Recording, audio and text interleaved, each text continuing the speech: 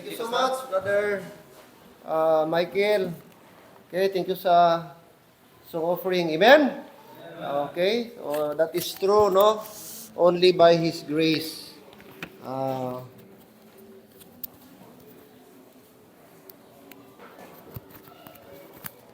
Okay, wala tayong pwedeng ipagmalaki, ipagmataas. Amen?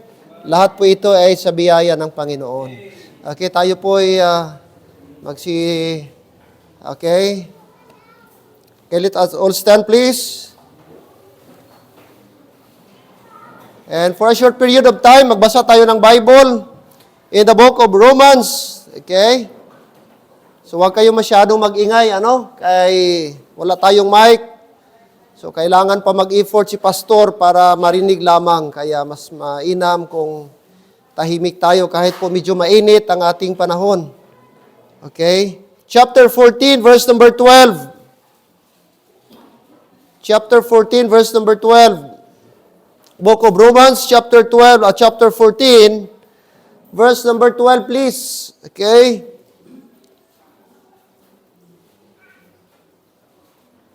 Verse number 12. Alright. Okay, sabay-sabay nating basahin. Verse 12. Read. So then, every one of us shall give account of himself to God. One more time. So then, every one of us shall give account of himself to God. Now, take note, we are accountable. Kanino tayo accountable? Okay, sa Diyos. So, bawat isa po, mga kapatid, tandaan niyo po, bawat isa sa atin ay magbibigay po ng kanyang account. Okay, sa Panginoon tayo manalangin. O Diyos naming banal, sa oras na ito, salamat po muli. Sa kabila po ng init ng panahon, wala kaming electric power, pero hindi po ito haging hadlang, Panginoon, na hindi namin ituloy ang aming pananambahan ngayong umaga. And it's my prayer, Lord, despite sa discomfort, sa init, malinsangan, ayop ang aming puso, nandun pa rin ang excitement sa pakikinig ng iyong salita na, Lord, may kagalakan kaming makapakinig, matuto, at aming maisabuhay ang bawat, Lord, salita ninyo na aming pong mapakinggan ngayong umaga. Bigyan niyo po lakas ang iyong servant, Panginoon, at higit sa lahat, sapat na kaalaman po na ang lahat na bagay na kanyang masabi ay hindi po sariling salita, sa halip ito po ay purong salita ng aming Panginoon. And ito po'y magbibigay ng liwanag, magbibigay, Panginoon, ng kalakasan, at magbibigay po ng sigla sa aming pong buhay. Alam po namin, base po sa aming binasa, na accountable kami. At help us, Lord, na habang dito kami ay magawa po naman, sana namin ang mga bagay na nais niyo pong ipagawa sa amin. Help us na maging masunurin kami na inyong anak, Panginoon, sa inyong pong salita. Maraming salamat, and this is my prayer in Jesus' name. Amen. Thank you, and please be seated. Now, ito po'y sabi ni Apostle Paul, mga kapatid, sa mga taga-Roma, mga Roman believers, at ito po ay isang good reminder din po sa ating lahat. Now, ang ating pong message is about accountability. About accountability. Now, this is a accounting term, Account, Gina-account.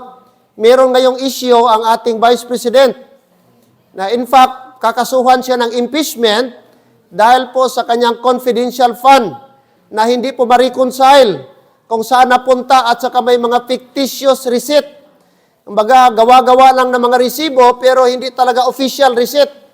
And base po doon sa paghimay, base po sa kwenta, mga kapatid, ng ating kuwa, para may discrepancy po. Ayun po ang issue sa kanya. And nakakalungkot kasi iniiwasan niya, ayaw niyang humarap sa Senate, sa Congress na hearing, kaya lalong nagiging tagilid po siya. And for me naman, dapat kung malinis yung ginawa mo, walang anomalya, bakit ka di ka humarap? Sabihin mo doon, ito yung mga resibo, dito pumunta yung pera para at least malinis lahat. Kaysa doon ka sa media magsatsat, doon ka sa media magsabi, political harassment, hindi naman siguro political harassment kasi dokumentong pinag-usapan dito. Okay, so accountable. Ibig sabihin, ang gobyerno, accountable din po sa mga tao kasi taxpayer po tayong lahat. Amen? Now, don't you know, sa spiritual, accountable din po tayo. Sabi po ng Biblia sa ating pong binasa, mga kapatid. Okay, now, by the way, ano po ang ibig sabihin ng word accountability? Accountability. Okay, meron tayong word dito na accountable, pero dito po accountability. Accountability, how I wish na naka-PowerPoint sana ito, pero na-timing po mga kapatid na brown out. But anyway, the state of being liable to answer for one's conduct. The state of being liable to answer. So liable ka na i-answer mo. Pananagutan mo for one's conduct and liability to give account and to receive reward or punishment for action. So whether it is reward or punishment, accountable pa rin ang tawag doon. No? Meron tayong accountability. Okay, what else? Ating makita. Ano pang definition ng accountability? Liability to the payment of money or of damages. Responsibility for trust. So ano daw ang accountability? Another definition, liability to the payment of money or damages. So kapag ka naka-introduce ka ng damage, liable ka, accountable kang bayaran. I-compensate mo yung taong na-damage mo, whether property or buhay po ng tao.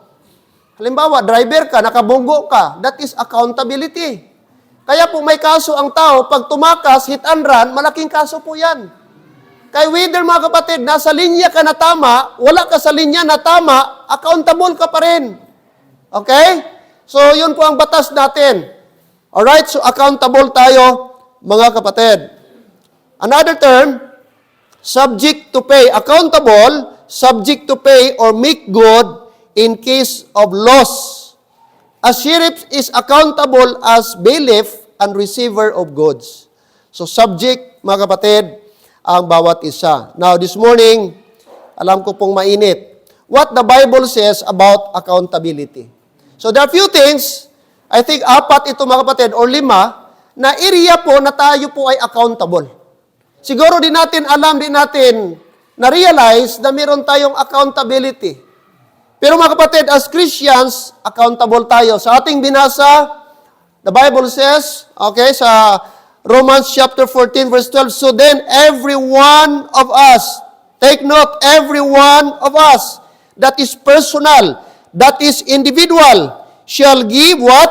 Account of himself to God. Who is accountable? Not your parents, not your peers, not your brother or sister, but you yourself. Amen. That's why we need to be careful, mga kapatid. Now, in what areas dapat tayo accountable? What the Bible says about accountability. Let's go to Ecclesiastes chapter 4, please. Ecclesiastes chapter number 4.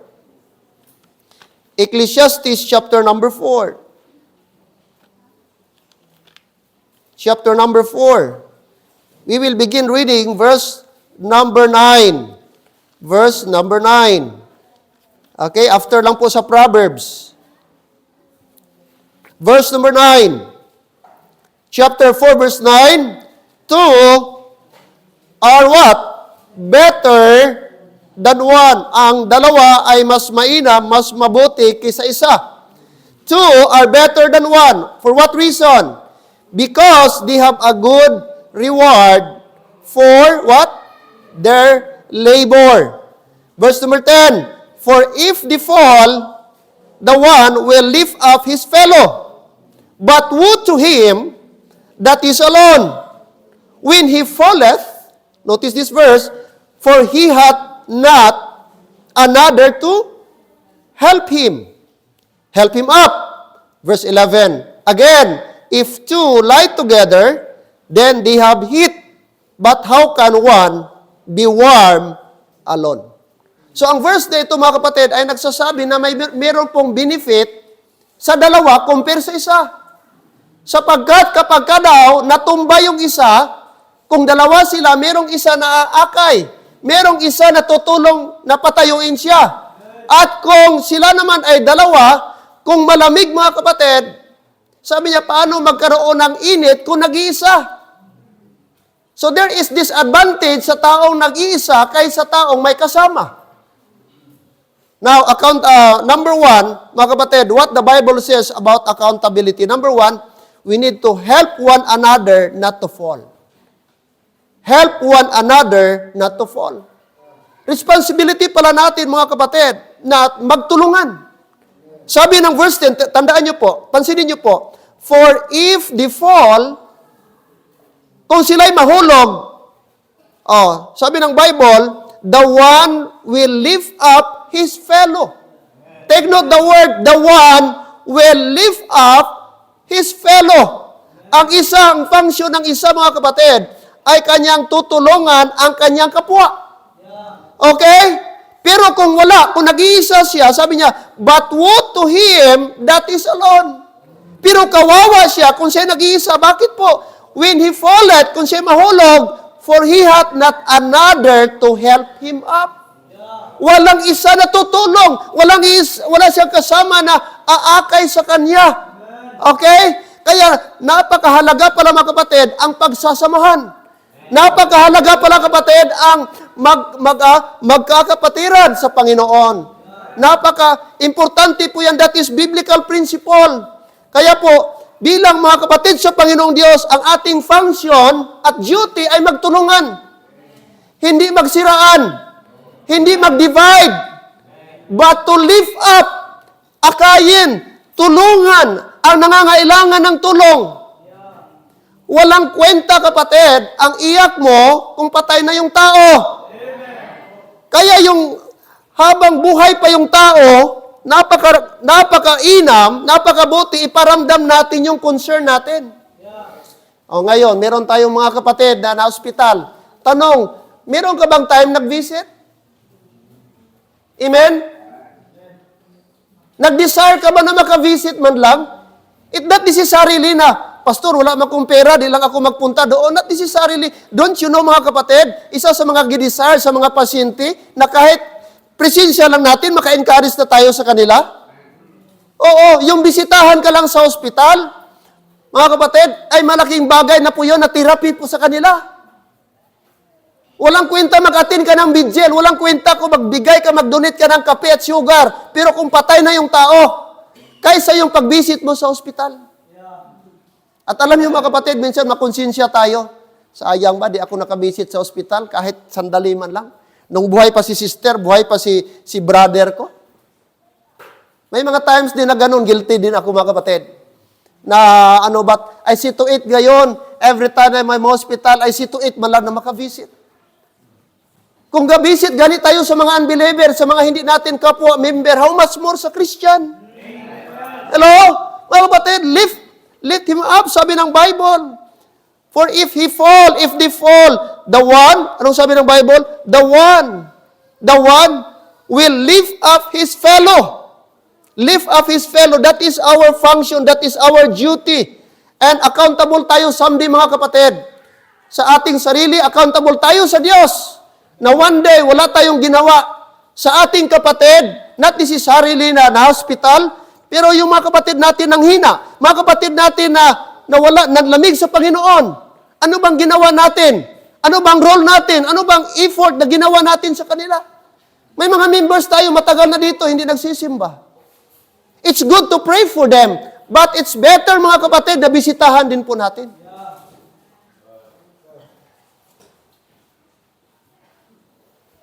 Hello? Help one another. Help one another, principle, mga kapatid. Not to fall. Not to fall.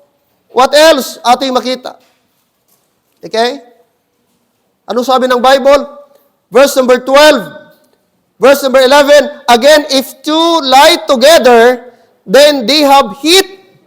But how can be warm alone? May disadvantage talaga, Brad. Okay, kung malamig daw ang panahon, ano ang benefit? Ano ang benefit? Mahirap lang kung puro lalaki ito. Di ba? Siguro applicable ito sa couple, mga kapatid. Again, if two lie together, then they have heat. But how can one be warm alone? Number 12, and if one prevail against him, two shall withstand him, and threefold cord is not quickly broken. Ibig sabihin, hindi pala kalooban ng Diyos na mag-isa ka. Hindi kalooban ng Diyos na mag-iisa ako. Ang kalooban at plano ng Diyos sa ating lahat na may kasama po tayo. Kaya po yung magulang natin na mag-isa, di po yung kalooban ng Diyos. At higit sa lahat, hindi din kalooban ng Diyos na maglaon ka. Hello? Sabi ng Bible ba, disadvantage pag nag-iisa. Ako, naawa ako doon sa dalawang member ni Pastor Aldrich, Brad, sa Esperanza. Magkapatid pa naman. Ang isa, 78. Ang isa, 83. Puro single. Puro single. Baka may naghanap dyan. Available pa yun.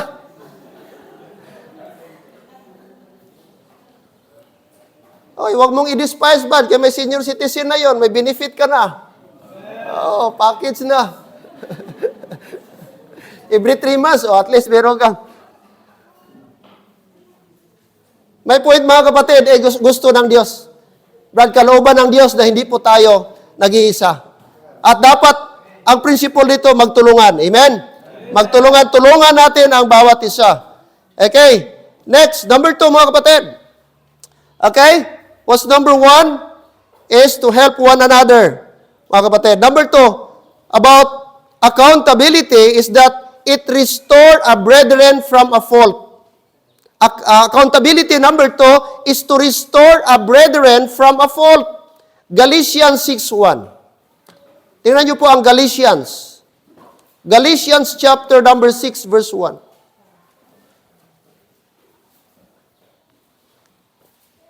Galatians 6:1.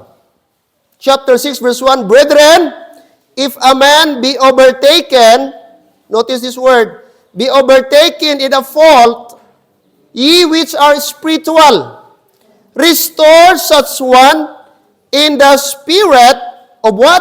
Meekness, considering thyself, lest thou also be tempted. Now this verse, this instruction is given to the Christians. This is not to unbelievers. Paul is talking to the Galatian believers. Because he knew, mga kapatid, na meron pong mga Galatian na nanghihina. Merong mga Christian na hulog sa kasalanan. And this is his admonition. He tells them, if a man be overtaken in a fault, that means, mga kapatid, it could be nahulog sa kasalanan, it could be namuhay sa kasalanan, o nanlamig sa kanyang spiritual life. Sabi ng Bible, ye which are spiritual, that means you, the one who is mature enough, you as a Christian, you as a believer, your function, your duty is what? Sabi niya, restore. Underline the word, restore. That's the word, restore. Anong i-restore? Di ba pag sinabing restore, medyo sira, Brad? Daan na, luma na, medyo hindi nag-function. Pag sinabing i-restore mo, ibalik mo sa dating anyo, ibalik mo sa dating estado, ibalik mo sa dating kondisyon. That's the word restore. Pag sinabi, itong speaker, gi-restore ko ito. Okay, maybe may portion doon na sira, pinalitan ko, gipinturahan ko para mag-function siya uli. That's the word restore. Ibalik mo siya para gumana. And that is our duty. Sabi ng Bible na sino po yon? The brethren who is in fault. It could be nanghina, it could be nag-backslide, it could be, Brad, nanlamig na spiritually, maybe, mga kapatid, nadala na sa mundo, doon na siya, mga kapatid, ang enjoyment niya sa sanlibutan. Sabi ng Bible, hindi natin siya pabayaan, sa halip ating tulungan na maibalik sa dati. That is our accountability. We are accountable. Kaya nga, mga kapatid, sabi ni, nung tinanong po si Cain, am I my brother's keeper? Yes. Yes, we are. We are brother's keeper. Tagabantay tayo sa bawat isa. Hindi pwedeng pabayaan because we are one body. Yung katawan mo ba? Are you still listening? Pagkatawan mo ba na wala nag-function, pabayaan mo ba? Pagkatawan mo ba na wala nag-function, wala nang remedy, putulin mo ba diretso? Hindi. Tingnan mo si Brother Romy. na hindi halos makalakad, hindi makatayo ng matagal. Kasi grabe na yung kanyang paa. Ang option ba, putulin ka agad? Hindi. Maghanap po ng remedy blood na ma-restore. And praise God ngayon. Nung una, ganun. Ngayon, at least makatayo na, makalakad na. Gasipa-sipa pa gani. Pastoro. Anong gusto magkarati Huwag mo lang karatihin si misis mo, brad Huwag mo lang i-kung fu. Ma-restore. I-restore natin, huwag natin iniglig. And listen mga kapatid, kaninong duty yan? Hindi sa gobyerno, hindi sa labas, kundi tayo ng mga Christian. Trabaho natin ang pag-restore sa kanila. Yung kapatiran natin, puntahan natin, bisitahan natin. At kung meron tayong maitulong, higit sa lahat, ating pong tulungan.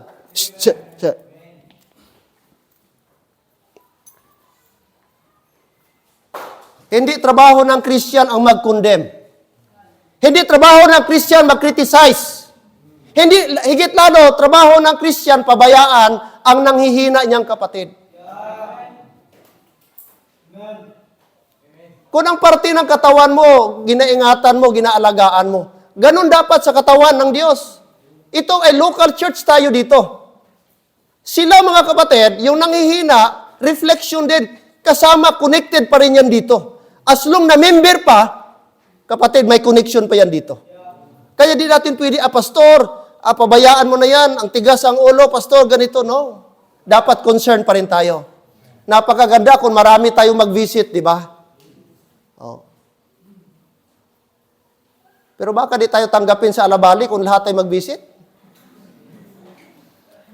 Baka ano ba ito? Sino ba ito sila? Bakit ang dami naman nila ito? Sa ICU pa naman. Pero siguro kahit padalawa-dalawa, plano ko bukas mga kapatid, mag-visit. Ang window hour, 9 to 10. Tapos 5 to 6. O pagpili ka, kung di ka available. Kung di ka available sa morning, sa hapon. What is 30 minutes? Baka kumusta ka man lang, makapray ka dito. Dako na lang ka-blessing sa pasyente. Alam niyo mga kapatid, isa sa nakamatay daw, yung si Mercy Sunot, depression, yung lungkot. Isa nag-contribute sa kanyang sakit, kapatid, yung sobrang lungkot. Kasi sa Amerika, walang karamay, walang kasama, walang pamilya. Iba talaga ang may pamilya. Na kahit parang gahingalo ka na, pero makita mo sila, mama, kapatid mo, anak mo, parents mo, magbibigay yun, mag-contribute yun ng joy. Parang gusto ka pa, pero yung depression, mga kapatid, na wala kang iba ang buhay sa Amerika. Yes, ang technology mataas, mga kapatid, pero ang lungkot di mababayaran.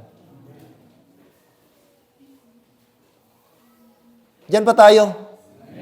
Restore. Kaya sabi ng Bible, it restore a brethren from a fault. Napakaganda someday na masabi natin, Brad, salamat, kapatid, sister, salamat po dahil sa iyo, kundi ka sige visit sa akin, hindi mo ako gi-follow up, siguro hindi ako nakapagpatuloy ngayon. Pero salamat po sa buhay mo, salamat sa effort mo, salamat na di ka nag-give up sa akin. Nandito ako nakabalik sa Panginoon dahil ginamit ka ng Diyos. Di ba napakasarap yun? Na ikaw din, kung walang nag-follow up sa iyo, walang nag-visit, walang nagkumusta sa iyo, gatampo ka nga, grabe nga pa rin, makadumdum man lang kung manghulam. Pero kung may toyo, di mag-text. May mga panghumusta. Di ba, galain man buota. Restore. Napakasarap mga kapatid na, di ba may nakita ako ba sa Facebook yung mga tao na mahilig mag-restore? Yung talagang halos di na mapuslan ba? Grabe na yung tawag dyan, yung kalawang. Pero pag-restore, makita mo masubra pa. Parang original talaga. Mga sasakyan, mga motor, kahit yung mga pistol brand na talagang lumang-luma, pag nung na-restore nila, napakaganda. Di mo talaga akalain mga kapatid na parang hindi brand new. Mapagkamalan mong brand new.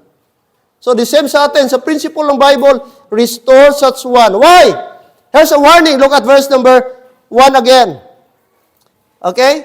In our text, brethren, if a man be overtaken in a fault, ye which are spiritual, restore such one in the spirit of meekness.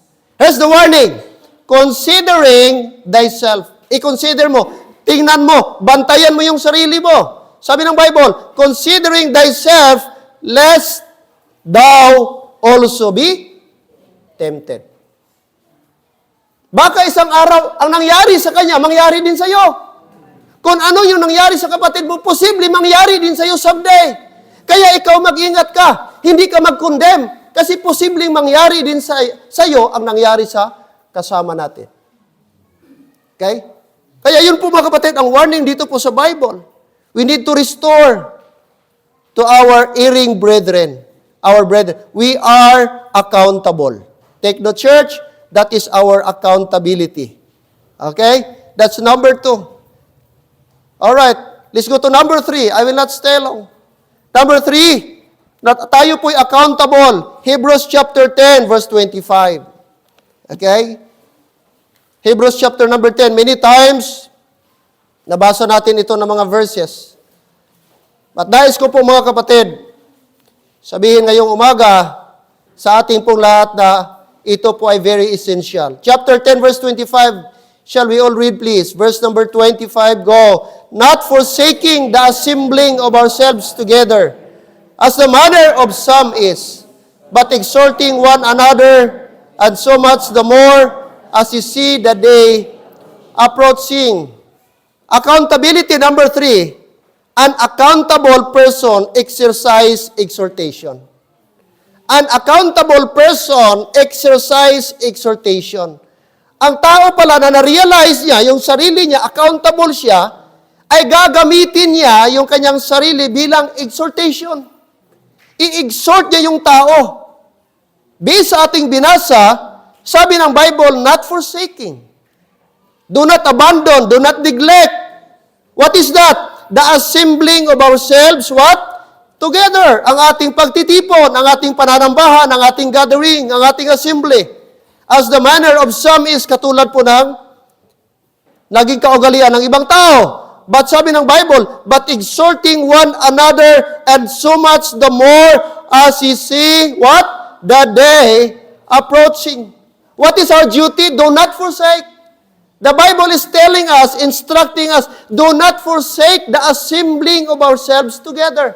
That's why meron tayong regular worship Sunday. Meron tayong schedule Sunday worship service. Because it is stated in the Bible. It was instructed in the Bible. Who is these people? You and me. Those people who are saved. Amen. Are you saved? Amen. If you are saved, then this is our duty. This is our responsibility.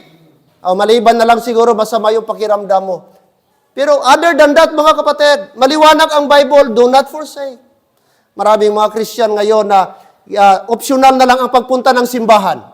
Magpunta ng simbahan kay may emergency. Magpunta ng simbahan kay dapat may ipag-pray ako doon. Parang ang simbahan for emergency reason na lang. It should not that be optional. It is mandatory for the Christians. It is compulsory. Hindi ito pa feeling-feeling ang pagpunta ng simbahan.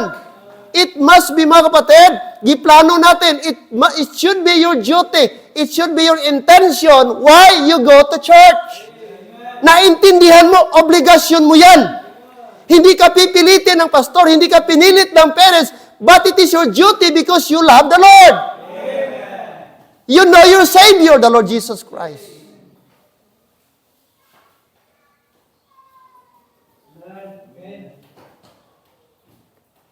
Baka ang iba, mamayang hapon, di na magbalik. Pastor, mas mainit pa mamayang hapon.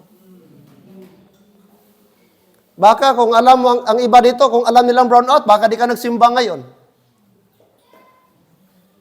Pero alam niyo mga kapatid, dito po masusukat ang tunay na Christian, tunay na motibo sa ganitong panahon na mainit.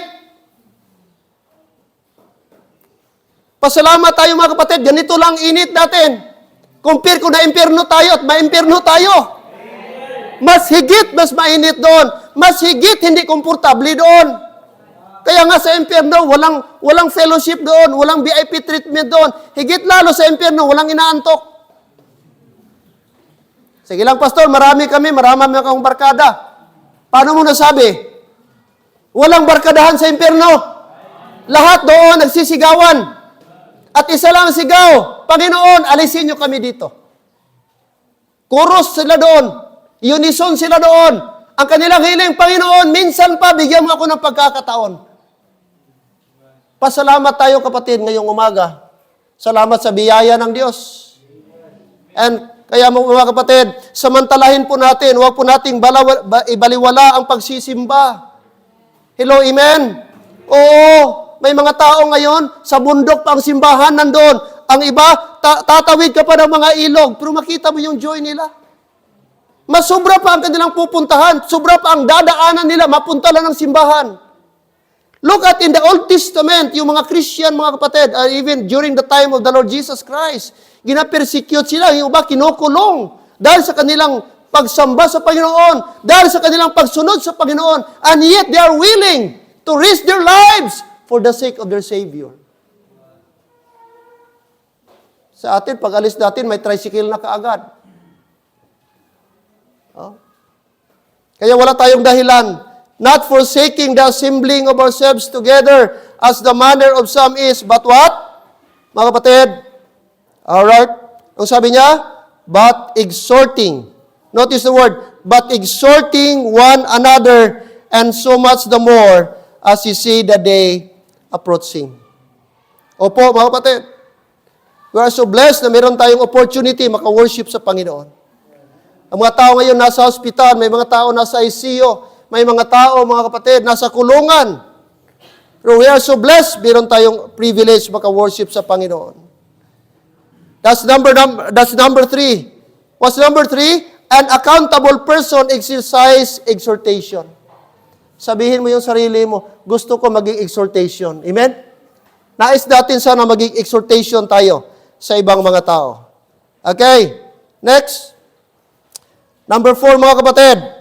What the Bible says about accountability. Not only gusto natin maging exhortation, but look what happened. 1 Corinthians chapter number 6. 1 Corinthians chapter number 6.